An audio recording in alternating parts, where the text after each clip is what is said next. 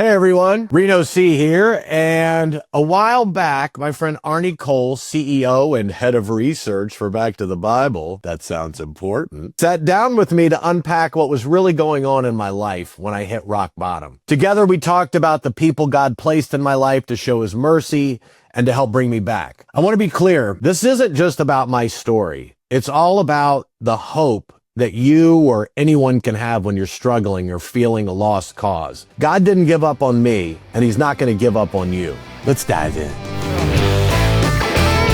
Welcome to Alive and Sober with Reno C, where real life, recovery, and faith collide. What does rock bottom look like? For me, it was losing homes, marriage, career, all within months. Psalm 46:1, God is our refuge and strength, an ever-present help in trouble. Reno, you've talked about hitting rock bottom, losing your home, your marriage, your career, all within a very short period of time. Tell us, what role did that bottom play in finally positioning you and pointing you to Jesus?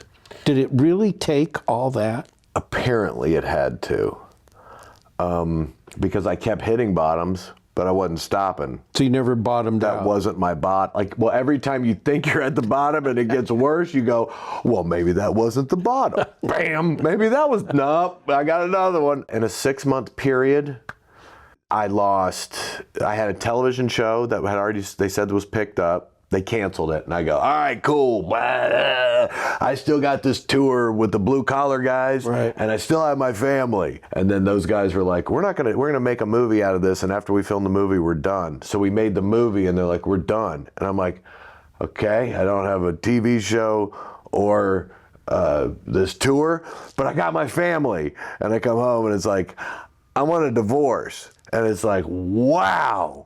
What should I do here? And somewhere in my head, it said, downshift, hit the gas, and fire out like a rocket.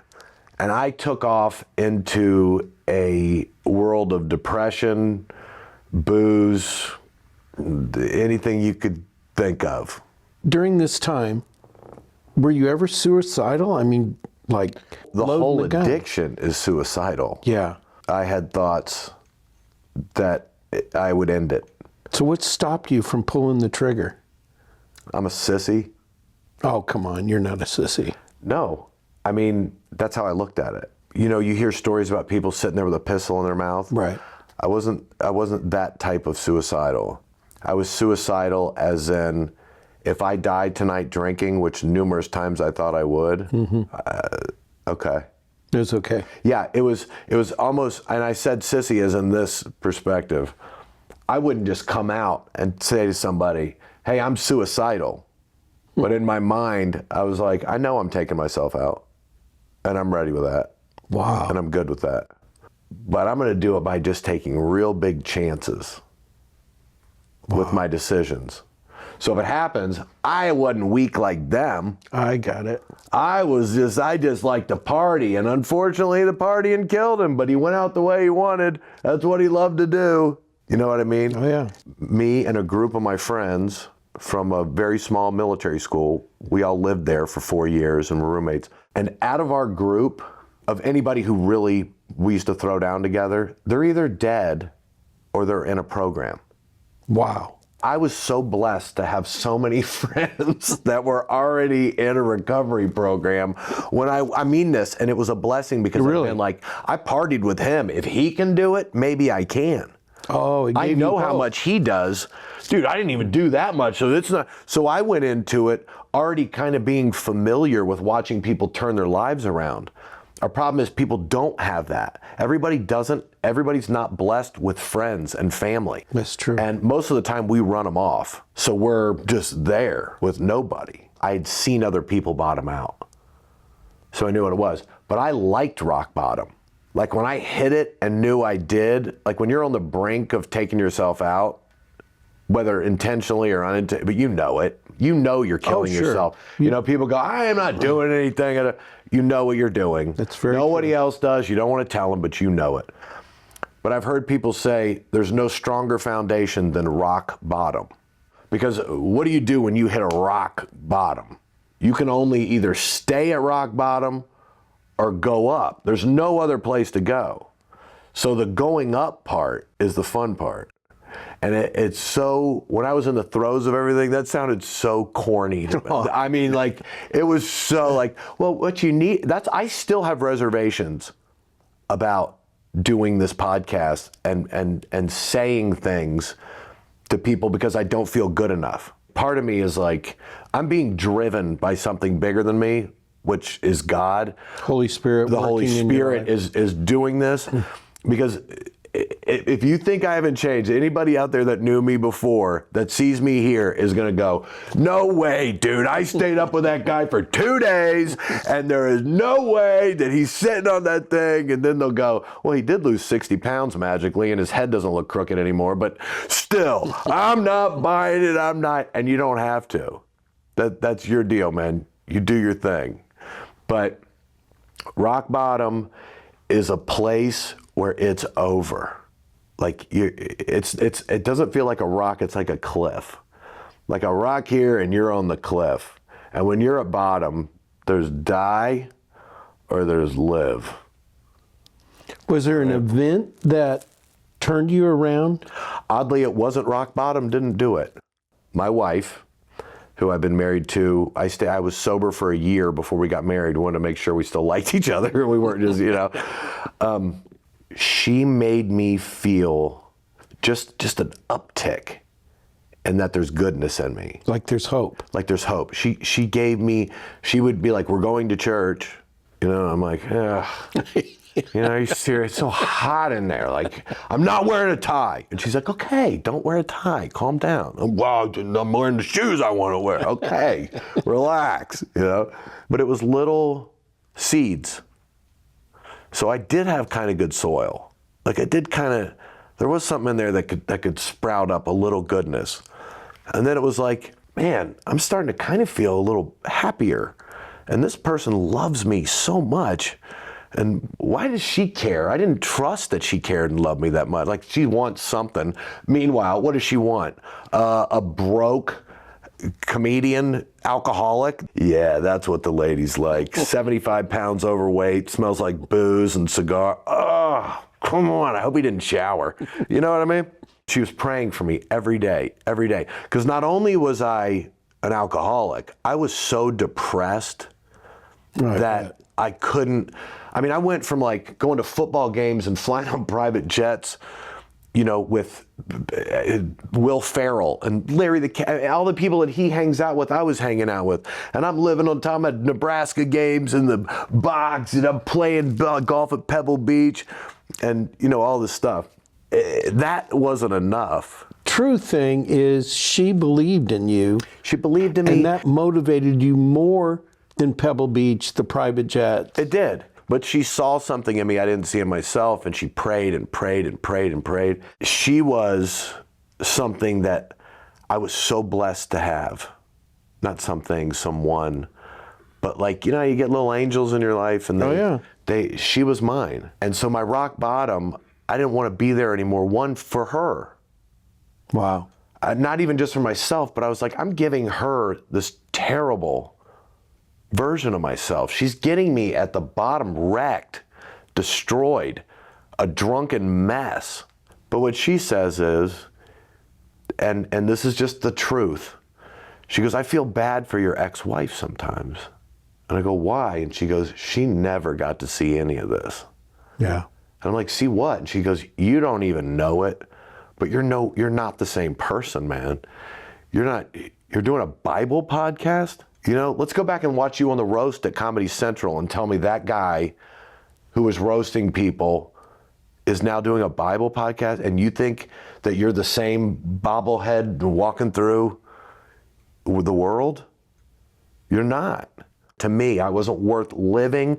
I was a terrible father. I'd blown up a marriage. I couldn't keep I had the greatest job in the world with the sweetest, kindest people you could ever be with, and I blew it. And I look back through my history, I love to set the pens up to watch myself knock them down.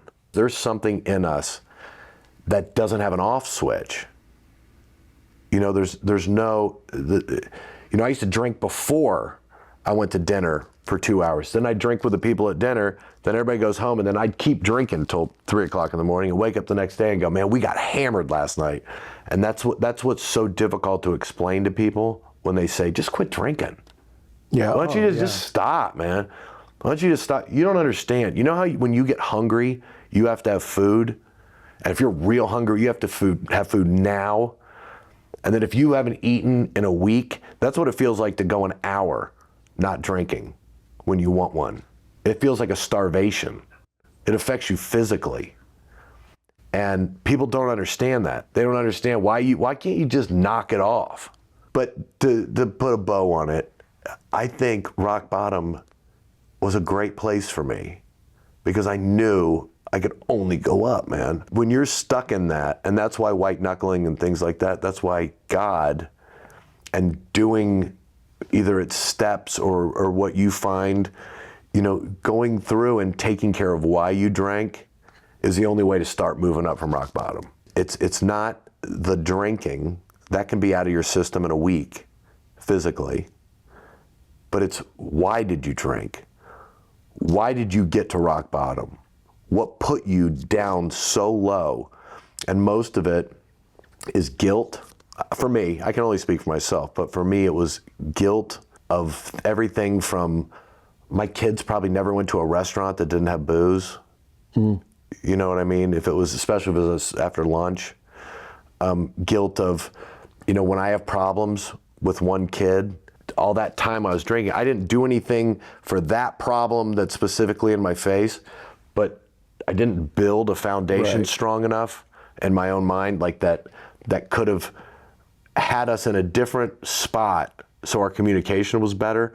And I've screwed up a lot of stuff, man.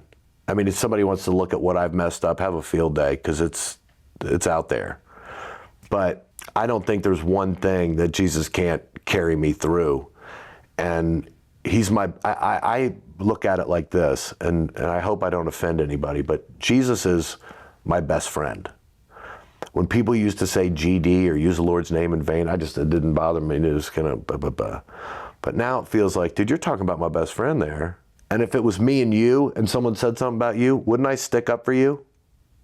Yeah. If somebody said, you know, Arnie does this and da-da-da-da-da, what's the right thing to do there? No, I don't think you know Arnie. Or maybe you know him better than me, but I don't think Arnie would be like that. I don't think Arnie would do like that. You're my friend. We stick up for each other when we're not around. Well, Jesus is even there and people don't care. I look at it as my best friend got me off the bottom. He took me here. I want to glorify that dude. That's my guy. That's my best friend. He saved me. And he gave me all these people who I love too, who he used to just pull me up a little bit off that bottom. Just another notch. And I'm so impatient. I want it now, now, now. Well, you can scream all you want, man. Tell them, I want it right now. You're not going to get it. Keep working. How about now? Now I've done enough. Now I'm, nope, no, you're not there. And then it feels like this goes to here because you want to be better. Mm-hmm. So now you're actually back to where you were, but now you've learned to pull out all that gunk like you're cleaning a pumpkin. You're just scooping stuff out of you and getting it out. I did this. Yes, you did. I cannot believe I did it. What's the right thing to do? I need to make an amends. I need to make this, do my thing. Some people are going to go, what you did to me is unforgivable. Okay, you know what? I love you. We'll approach this at a different time, but I did what I could do, right? All those little things you're working on, going through, you're going up, up, up, up. The thing is, it never ends. Because once you know how good it feels to help another addict or alcoholic, and you get into the point where you have something to give back, you get more out of giving back. Personally, feeling good, feeling full of life, and actually being a kind, good human being, not so other people see you. I always did nice stuff for people. Look at that, he picked up dinner. What a great guy. Yeah, that's so you didn't see that I drank 4 bottles of wine. You know what I mean? Like, yeah. I do nice things. He's a nice guy. He's this. You're not doing it for that anymore. It's not doing it for you. It's not all about you. And I thought it was, dude. I mean, it was about me and what I want, and you're going to do it. And if you're not, I'm going to make your life miserable until you submit. You know, I never even thought, like, you know, you're making other people uncomfortable. In my mind, I was like, they are so lucky to have me here. I mean, look at the show I put on for everybody last night. You know what I mean? Like, yeah. But I was punishing people around me with my own selfishness. And that's a trait of an addict or an alcoholic. So rock bottom can feel like it's the end. The thing is that you don't think about is rock is a very strong foundation. And you can sit on it, or you can say, God, I don't want to be at the bottom anymore. I need tools. I need to figure out how I can get through this. Thank you for listening to today's episode of Alive and Sober. I hope my story and the conversations with Arnie remind you that even in the lowest moments, there's a way up, and God's mercy never leaves us. If you're struggling or walking with someone who is, remember, you and they are not alone. God's grace can reach anyone, and sometimes He works through people around us to bring healing and hope. I want you to know, too, that all these podcasts that are coming up are not about me. I mean, I do love me some me, but they're not going to be. There's actually other much more interesting ways of getting information than just me babbling. But I want to thank you again for listening. I hope you'll be back next week with more conversations and encouragement. And if nobody told you they love you today, I do.